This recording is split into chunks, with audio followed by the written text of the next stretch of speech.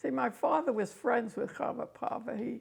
I guess they went in the same intellectual circles. So I think that's probably why he ended up in our house.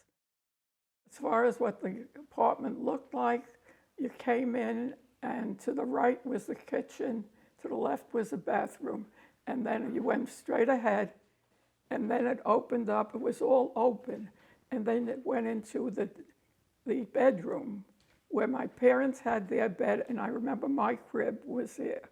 And then to the left of that, it was a corner, I remember. There was windows on both sides. And to the left was where our boarder slept, Chaver Paver. Chaver Paver was a writer of Yiddish, of children's books, and he wrote Labzik.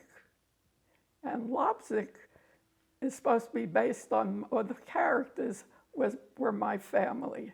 There was my brother Mulek, me, I was Rivka, and I still am Rivka.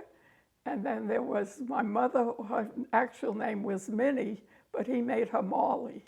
And my father, whose name was Betzalin, he called Berel. And our dog, who was Buddy, he called Labzik, and Labzik became the hero of the book. And I remember that Chaver Paver did not like Labzik, and Labzik did not like Chaver Paver.